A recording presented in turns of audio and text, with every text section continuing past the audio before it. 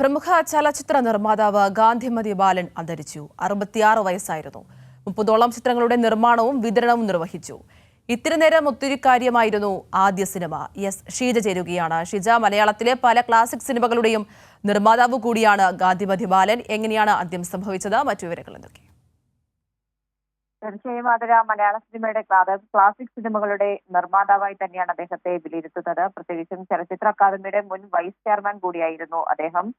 നിലവിൽ കഴിഞ്ഞ കുറച്ച് ദിവസങ്ങളായി തന്നെ ആരോഗ്യ പ്രശ്നങ്ങളാൽ അദ്ദേഹം തിരുവനന്തപുരത്തെ ഒരു സ്വകാര്യ ആശുപത്രിയിൽ ചികിത്സയിലായിരുന്നു. ഇന്നാണ് അദ്ദേഹത്തിന്റെ ആരോഗ്യനില വഷളാകുന്നതും അതിനുശേഷം അദ്ദേഹത്തിന്റെ മരണം സംഭവിച്ചതും. 66 വയസ്സാണ് എന്നുള്ളതാണ് നമുക്കിപ്പോൾ മനസ്സിലാക്കാൻ സാധിക്കുന്നത്. ഏതായാലും അദ്ദേഹത്തിന്റെ മൃതദേഹം ഇന്നിപ്പോൾ വീട്ടിലേക്ക് തിരുവനന്തപുരത്ത് തന്നെയാണ് അദ്ദേഹം താമസിക്കുന്നത്, അദ്ദേഹത്തിന്റെ മകൾക്കൊപ്പം. പക്ഷേ സംസ്കാരം അടക്കമുള്ള കാര്യങ്ങൾ ഇന്നുണ്ടാകില്ല എന്നുള്ളതാണ് ഇപ്പോൾ അറിയാൻ സാധിക്കുന്നത്. അതിലൊരു അന്തിമ തീരുമാനത്തിലേക്ക് ഇപ്പോൾ എത്തിയിട്ടില്ല. അദ്ദേഹത്തിന്റെ മൃതദേഹം ഇപ്പോഴും തിരുവനന്തപുരത്തെ സ്വകാര്യ ആശുപത്രിയിൽ തന്നെയാണുള്ളത്.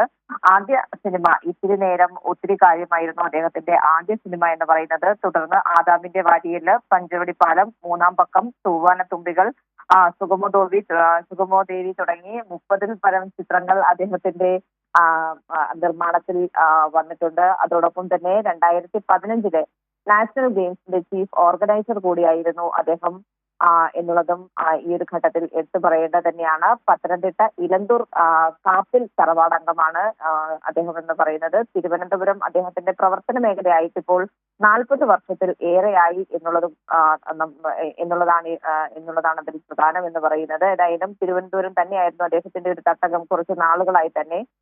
അതിനൊപ്പം തന്നെ സൂചിപ്പിക്കേണ്ടത് 63-ാം വയസ്സിൽ അദ്ദേഹം ആലിബൈ എന്ന പേരിൽ ഒരു സൈബർ ഫോറൻസിക് സ്റ്റാർട്ടപ്പ് കമ്പനി സ്ഥാപിച്ചിരുന്നു.